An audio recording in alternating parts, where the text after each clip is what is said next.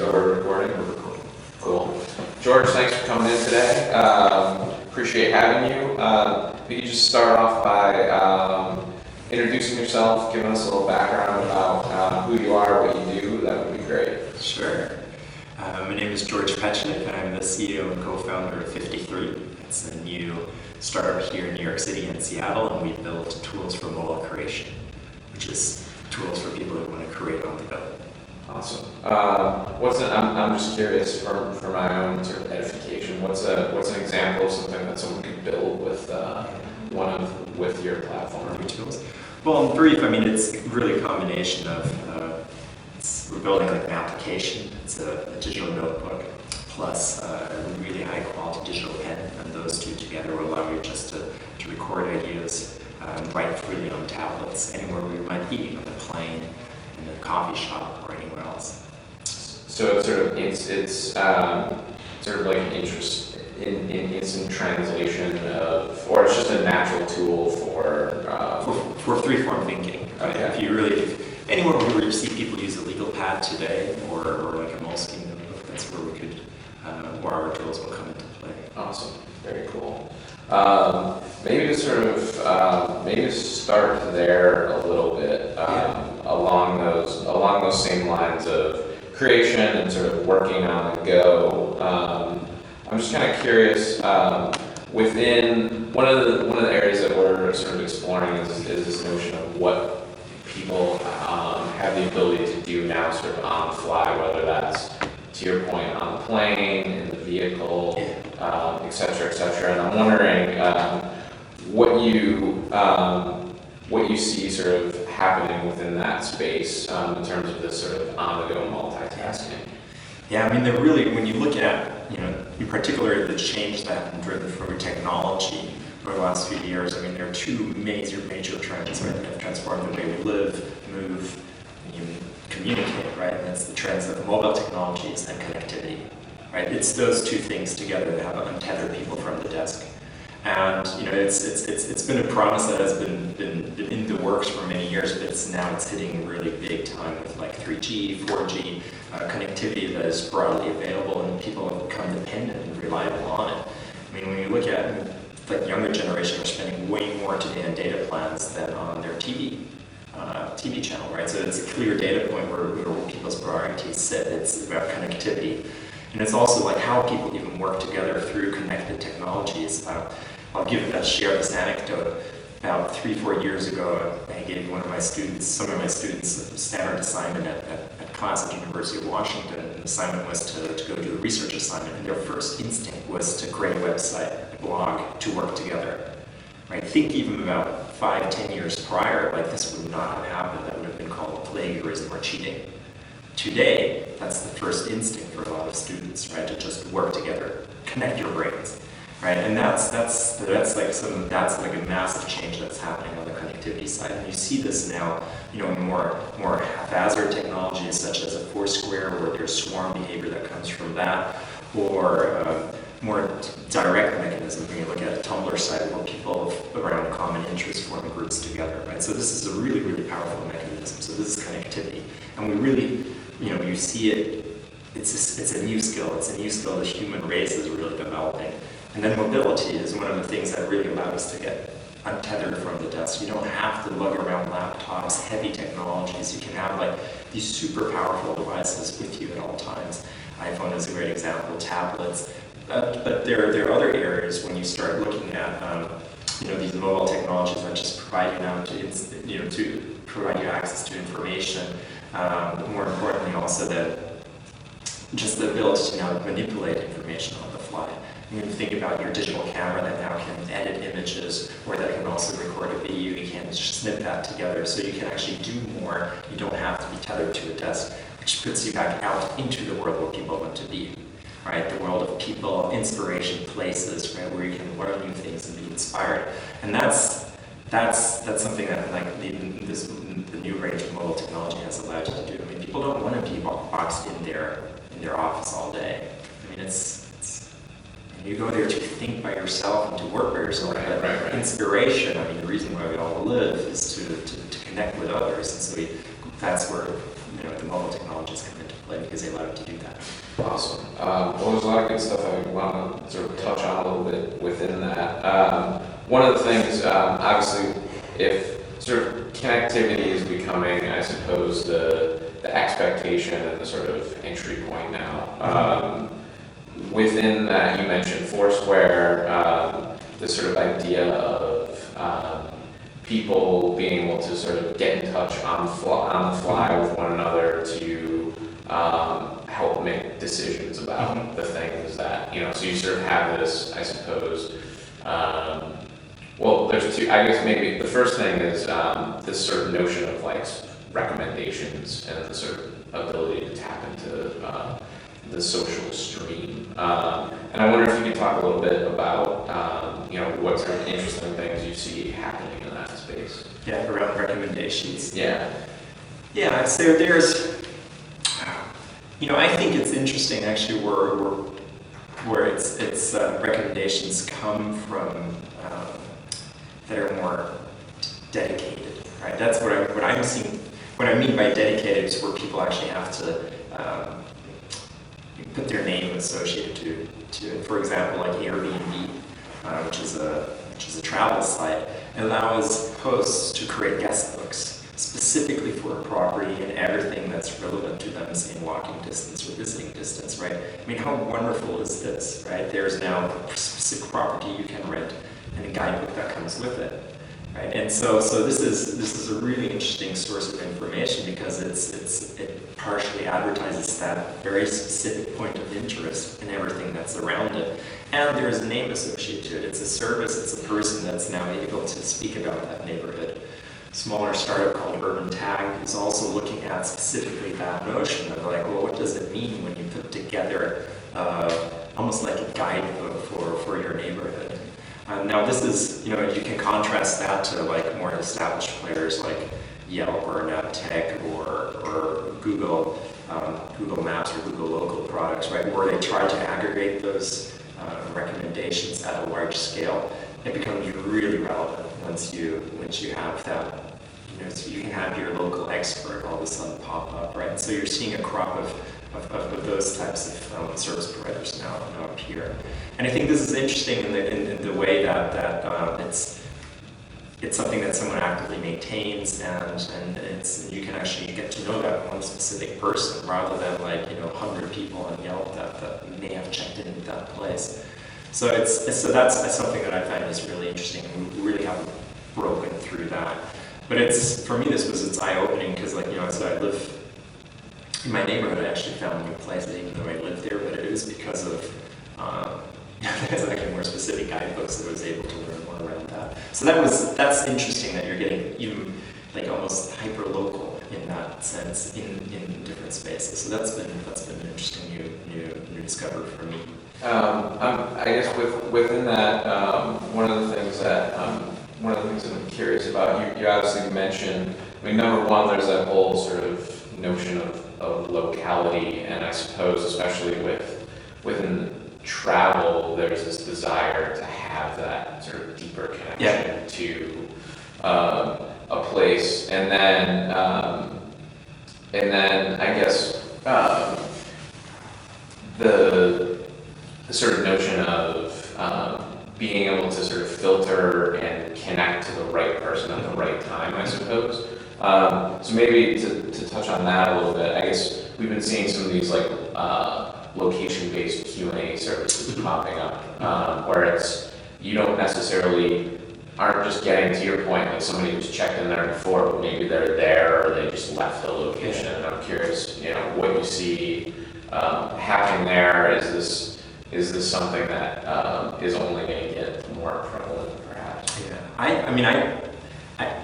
one of the great things when you go to the benefits of the internet and the connection is that you can have like-minded people find each other. But what we've seen over the last 3-4 years, that's kind of the easy stuff happened, right? The big stuff, the easy stuff. Now the interesting stuff is surfacing. Now you're having people actually form around interests. Like another example is Contain. It's a website that can be customized around, say, Ducati fans, right? Ducati fans, they love their Ducatis, they love motorcycling around, And one of the joys actually going on those tours together, right? So it's a super, and it's if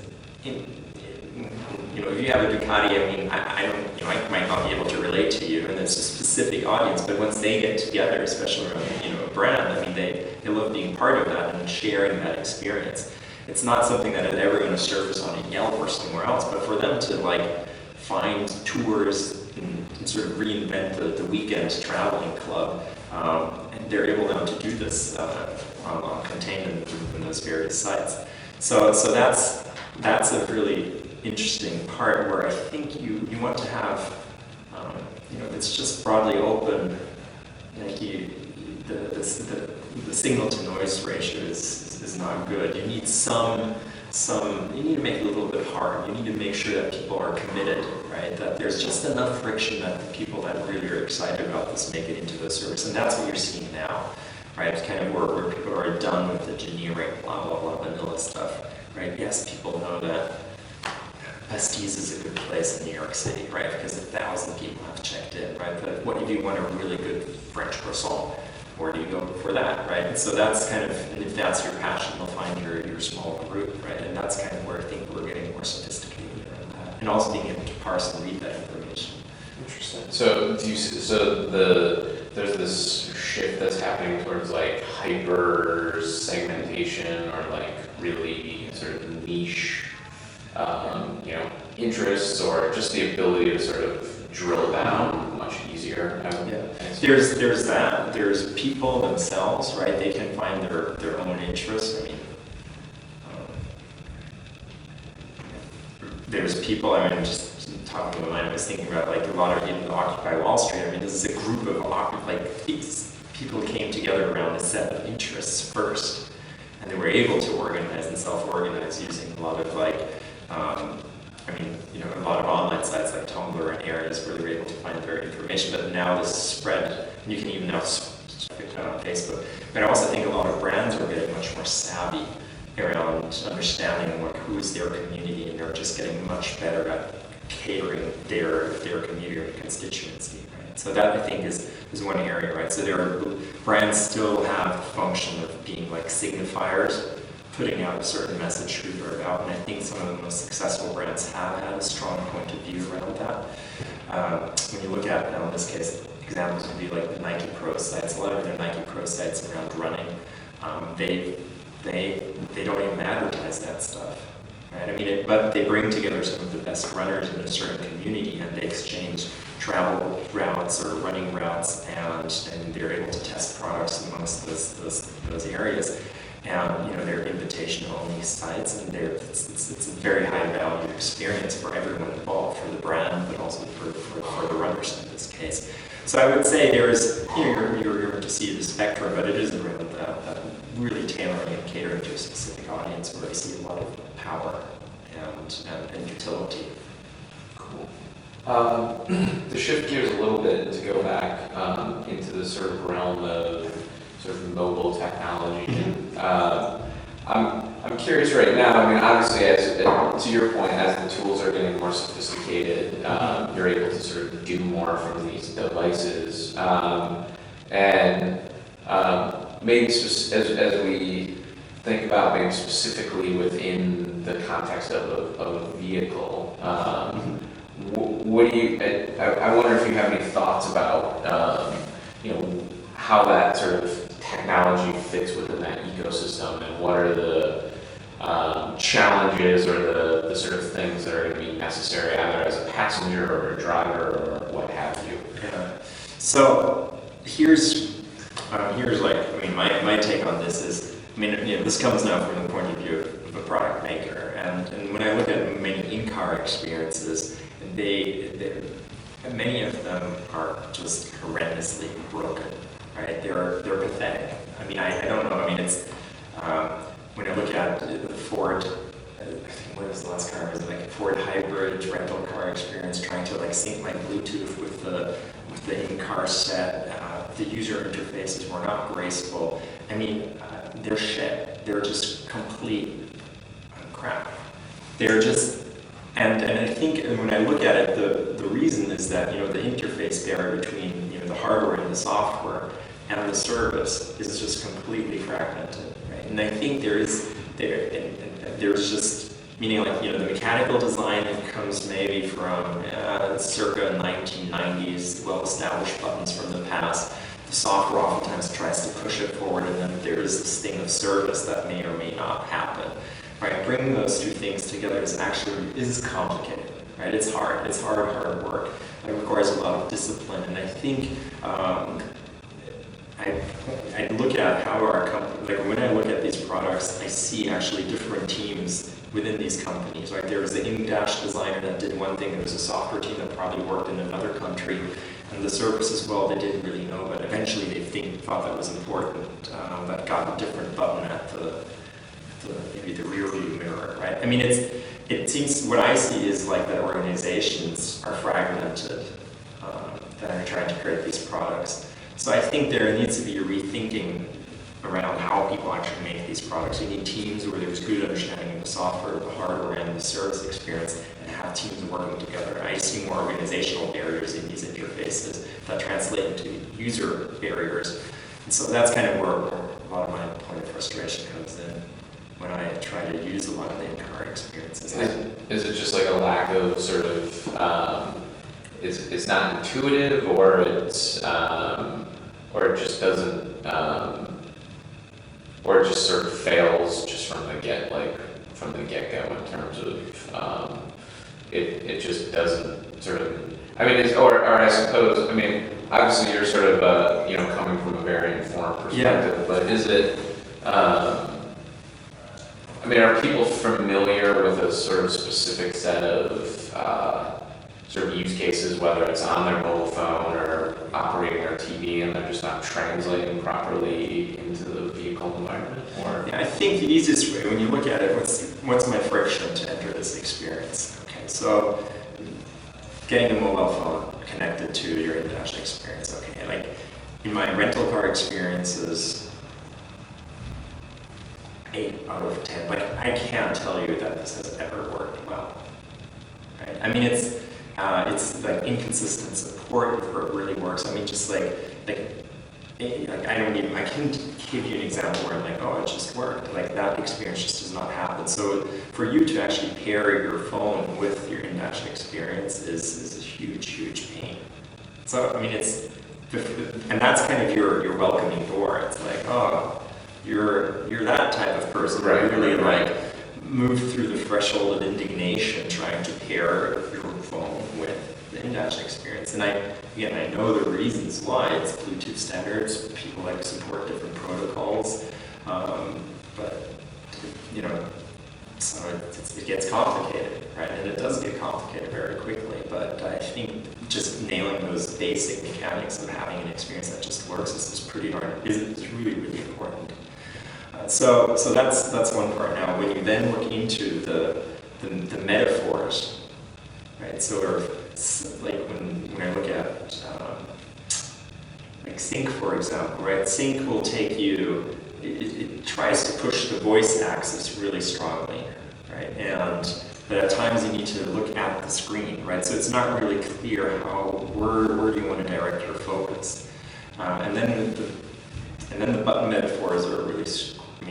Thinking more about my experience in Ford cars, it's really confusing because it seems you're using tape deck metaphors with play, pause, up, down, right, in order to control the interface, right? So it's just really confusing. You have a voice talking to you, you have something that looks more like a tape deck for navigation, and then the screen itself, again, doesn't match up the entire side. So I think the human interface from the very first moment to actually trying to use the system is just it's poorly integrated. And these are just basics. I mean, these are true before you're even getting started trying to do something useful, like make a phone call or switch a playlist. I mean, you're just being told you really have to want this. You have to work hard to get this done. And then, like, the car starts driving, the system shuts down and says you can't do this while you're driving, which I guess makes sense. Right. So I mean, I think there are just a lot of like basic problems that are, and that's where I would point to. Is like, look, digital craftsmanship here is non-existent right now. it's not something where I can point to and say, it's like, this is gorgeous. Maybe I haven't been in the right cars, but it seems to be across the board in my conversation with people that this does not, that's not theirs. You need someone to reinvent that experience big time. Before you can even get into the more sort of complex use cases, potentially. And it's like, I mean, come on, like, just getting your music, you're so nice that just would work. And like, when you then start getting into like road trip, right? People have got and you want to like share, everyone's got their iPods or their music players, and everyone wants to play their song, right? Oh my God, now you have 5 things to pair with your system, how do you switch them? It's a road trip, and you want to like think about in the past where people were just flipping their tape, right? I mean, today you can't even do that experience where people can choose their songs for the next 5 miles. So you end up having like a cable that goes into, I mean, it just does not work. So I think just being diligent around the digital craft, just saying that this works really well, the base functionality that the industry has established, such as Bluetooth media playback, and that would be one challenge just to enable that. And let's start there and just actually make this work. Otherwise, it just feels like this gadgety thing that just is going to be obsolete and broken in your car that no one really uses. Right. To sort of think about some of these additional sort of aspects of sort of travel that might be taking place while you're in any sort of mode, I suppose. But with this combination of GPS and different sort of layers of information that are now available, there's all these interesting sort of contextual layers that are being placed, and whether that's at this point you're being served a specific set of information, et cetera, and I'm wondering what your thoughts are on how that sort of plays out and how people are discovering and sort of getting around. Yeah. So that's a good question. I mean, I oftentimes think about that. Like when you look at mobile experience, people have a personal device they carry with them. It's their mobile phone, right? And a lot of the set of questions when you're on the go, questions of like, hey, how do I get from A to B? What's around me, right? I mean, that's a universal question, right? That if you're in a car, or if you're on a train, or if you're just walking down the street, you'll be asking those basic questions. What's around me? How do I get somewhere else? I'm hungry, what should I eat, right? These are these basic questions. They don't go, that's not really unique about being in the car. So I think when you look, when I had to think about the car, what's unique about that? In terms of these like sort of location-specific information that your phone is not already answering, it would be something that would enhance my the in-car experience, right? What are some of the unique things? But I even have to think more about that. Okay. Be there. But I think there's a really interesting tension here, right? I mean, is there something that like what's the job of the phone and what's the job of the car, right? And I think even that balance has not been. And that's kind of why I go on and on about like, why are we not working with my phone, right? Because my phone does good phone calls and it does have great music, and you're not even using that and telling me you have to do this other system. Right. So I think the division of labor here is not really well thought through. Or even like, oh, now upload your media library from your phone to the car. It's like, no, I don't want to manage my media library on my car. Like, get real. I don't even do that on my television set at home. Why should I do it in my car? Like, that's kind of, sorry. Oh, no, that's fine. So, but I think there, like, I'd say, like, there's just a ton of things, when you look at it, just, on a route going from A to B, right, as you're driving, like, really making that A to B a better experience. There must be a ton of options, making it safer, making it more, like, environmentally friendly. People are, I thought this was fascinating when you listen to Prius drivers, how they compare their miles per gallon usage. Right? That's fascinating. It's too fascinating for me when you get 2 Prius drivers together. They'll start saying, like, oh yeah, I'm at 48, and I'm like, oh, 48.3. What are some of the driving techniques you employed? Right? And that's make me a better driver. Right? I mean, that's kind of interesting stuff, right? Where I think that's specific about the car.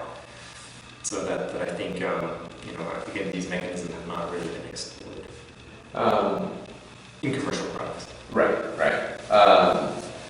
Another thing that we're sort of looking at is, and this isn't necessarily, well, I mean, there's sort of two aspects to navigation. Obviously, there's like the while you're sort of trying to go from point A to point B, and then there's maybe while you're thinking about sort of getting somewhere.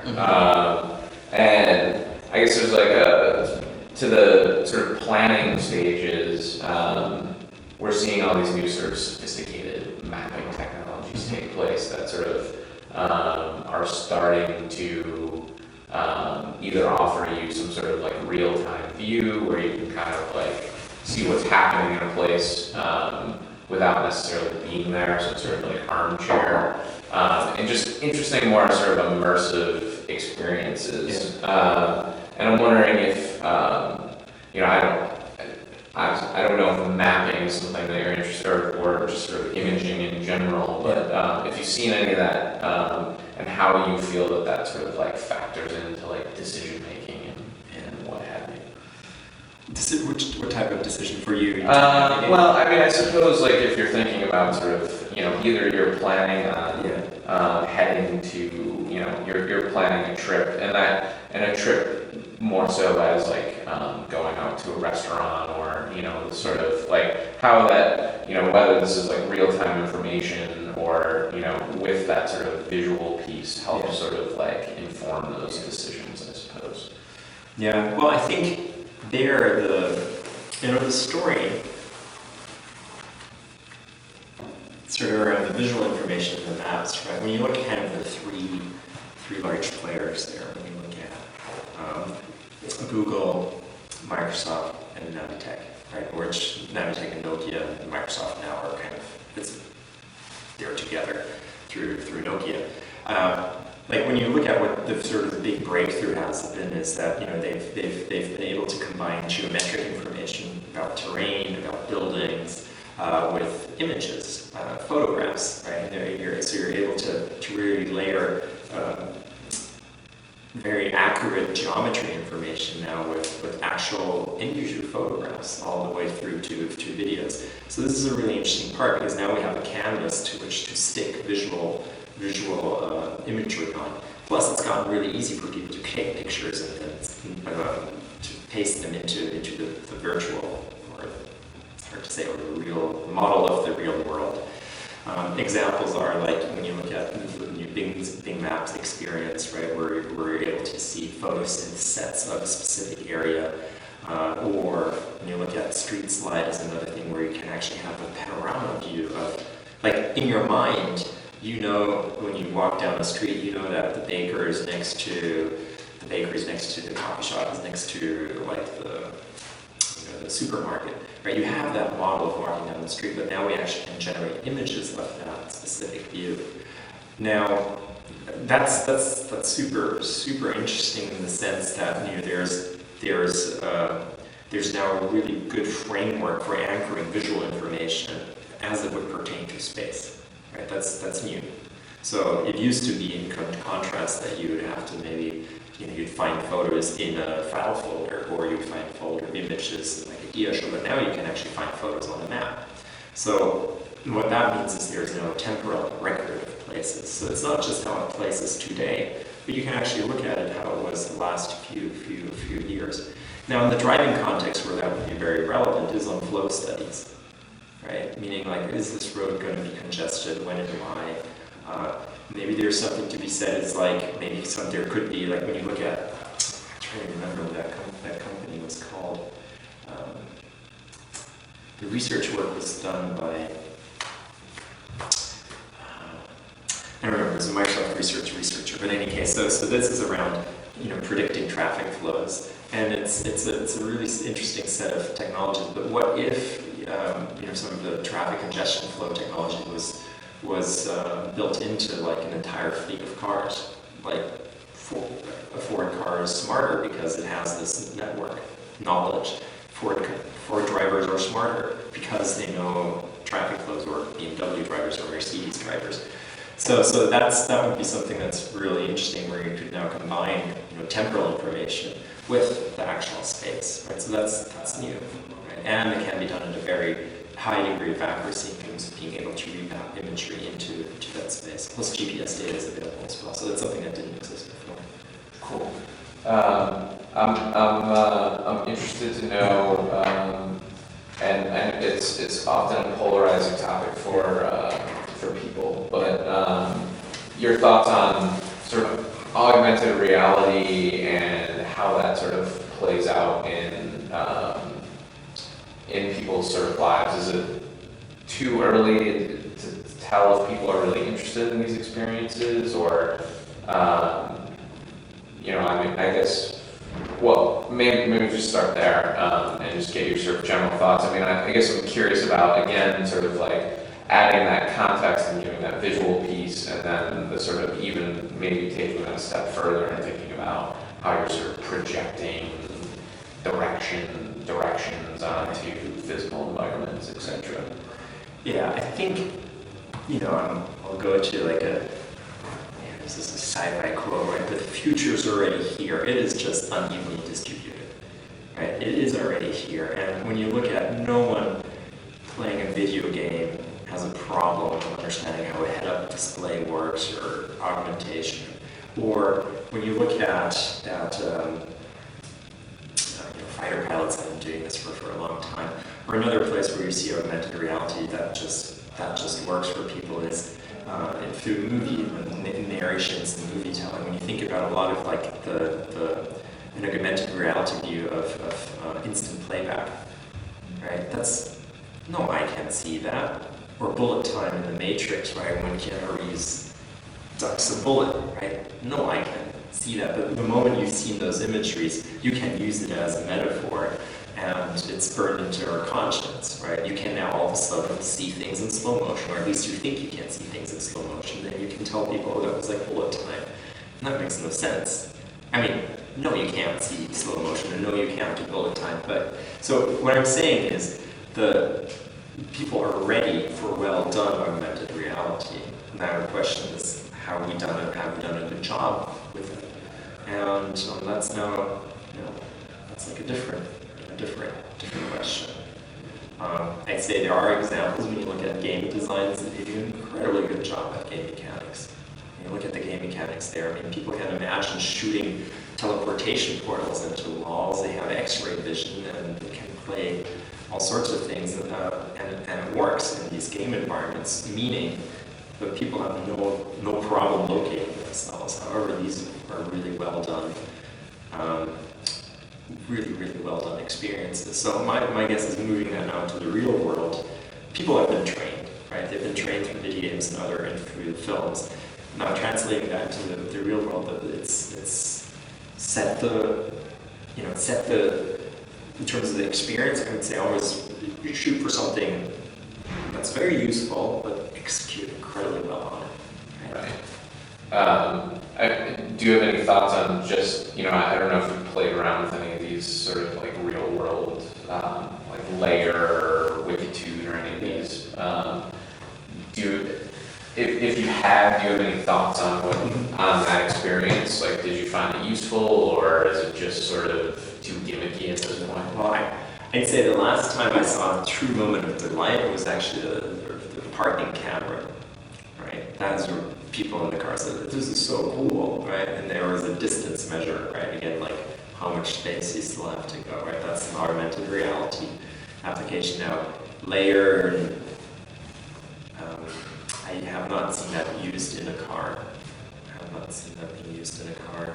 But I personally don't have experience using those systems. But more experience on sort of the photography, like the visual overviews, how you map objects into new space. That's more my area. Cool. Maybe just one or two more questions. Maybe we've talked a little bit about sort of maybe. Before I go there, another thing that we're sort of interested in exploring is how sort of image recognition is becoming sort of an interesting aspect in terms of how people are sort of orienting themselves, and instead of tapping in a URL or trying to like find something, you know, there's that sort of real world URL aspect to it.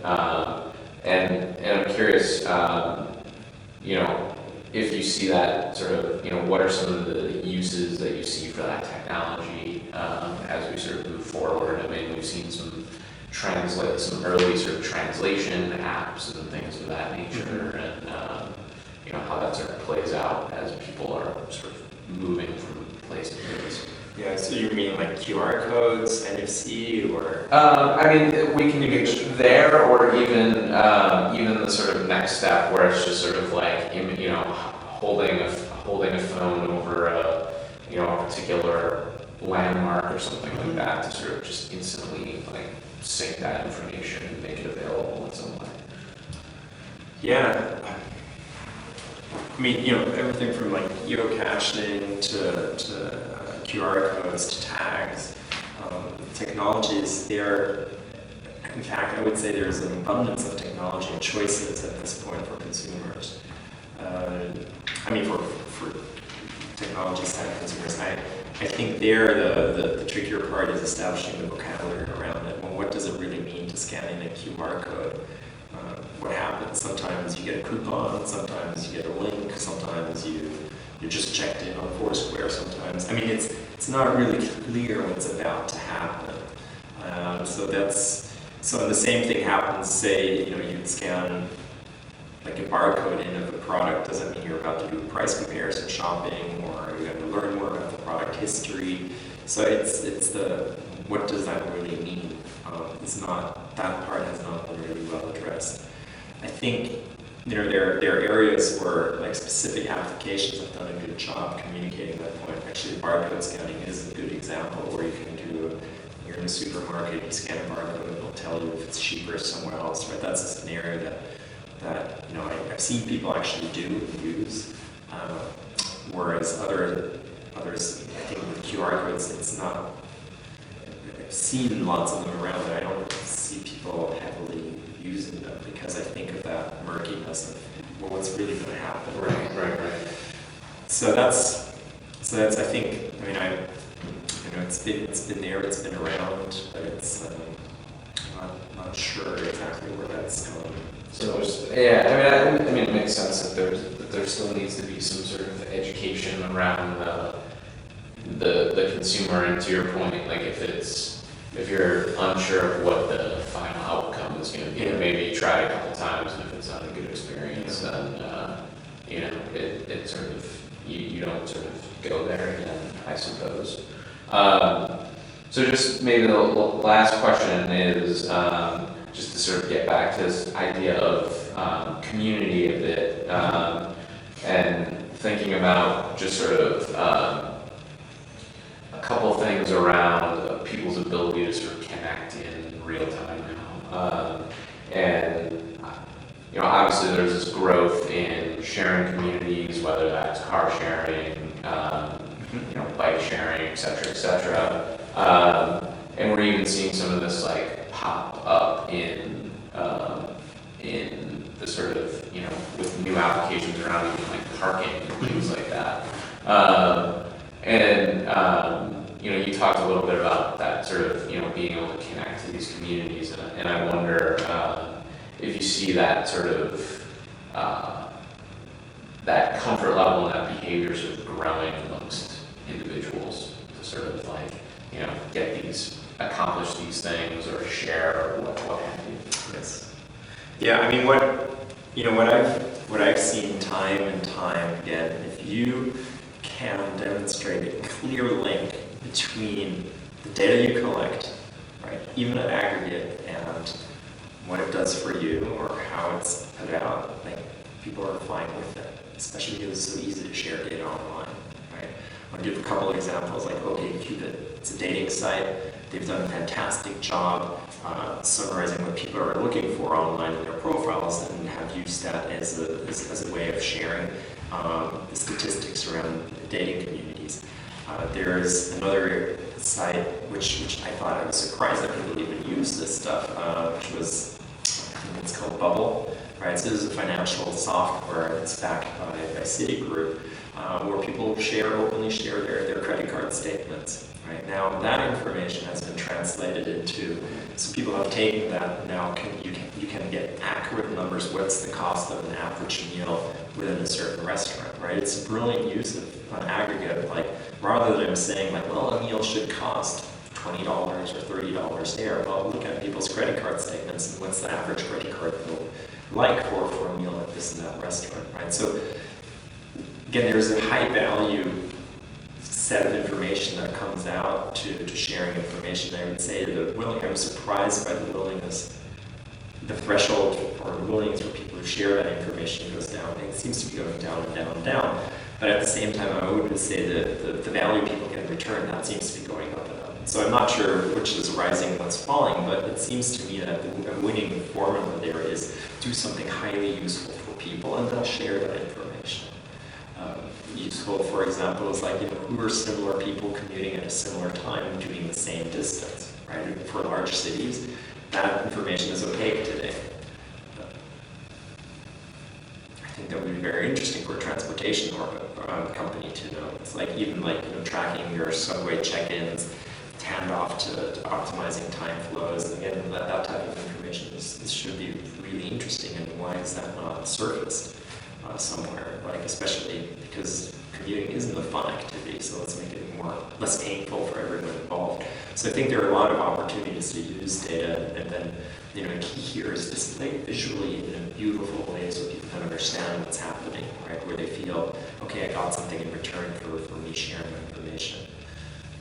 I mean, that's what I see. It's a competition between actually doing something useful for people and making that clear in people's willingness to share information. Cool. Especially if the friction is low in that. Like in many cases, like with GPS data on your phone and others, I mean, that friction is virtually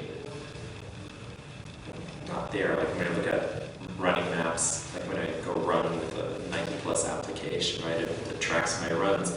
Does a poor job tracking it, so I don't know if their software is messed up. But if it wasn't messed up, I actually might be willing to share some of my running information with others. Like, I usually don't run in Hudson River in other areas. So that's kind of like where, but I think that I'm surprised they're able to track so much information, but I get very little in return. But again, it shows to me that there's a lot of upside from like just recommending good tunes, showing me other related running routes. Like a lot of that information should be available. It isn't right now. I mean, I don't expect that from a shoe manufacturing company. But like when I look at some of the other software companies that are getting involved in that space, maybe in partnership with Nike or others, right, something more interesting will happen. Cool. So I guess I lied. There's one other question. Yeah. So this, just to get any last thoughts, so this project is for BMW, and they're obviously they see this this bigger sort of travel mix where people are using a vehicle hopefully, and then in the context of different forms of transportation, et cetera, and they're just attempting to sort of understand the vehicle's role within that that travel experience. And I wonder if you have any, with that in mind, if you have any sort of thoughts on anything interesting that you think they should be exploring, or et cetera, et cetera. Yeah, well,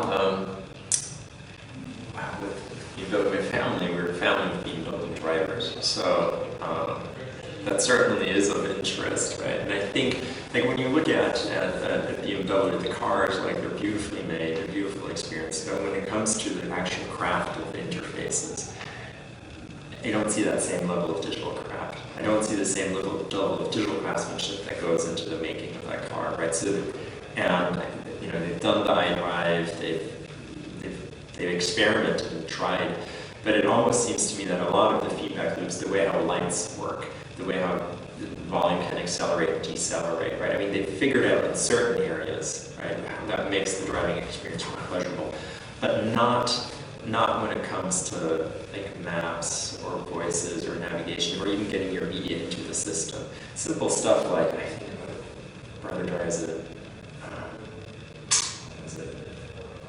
5 Series, or fairly recent 5 Series, right, seems to be getting phone calls just fine, but I can't get my music into the car experience. Like, that's just one of those experience. Like, I'm there in Germany, I visit my family, and yeah, we're listening to the radio because, like, all of our phones talk to the system, right, to do voice phone calls, but we can't get our music to play, right? So I mean, it's kind of, that's where the digital crafts, when you look at sort of the fine level of detail I was put into the car, it just doesn't happen on the software side.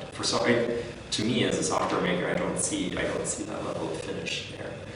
Now, so please just fix those details, all right? Details matter, really important.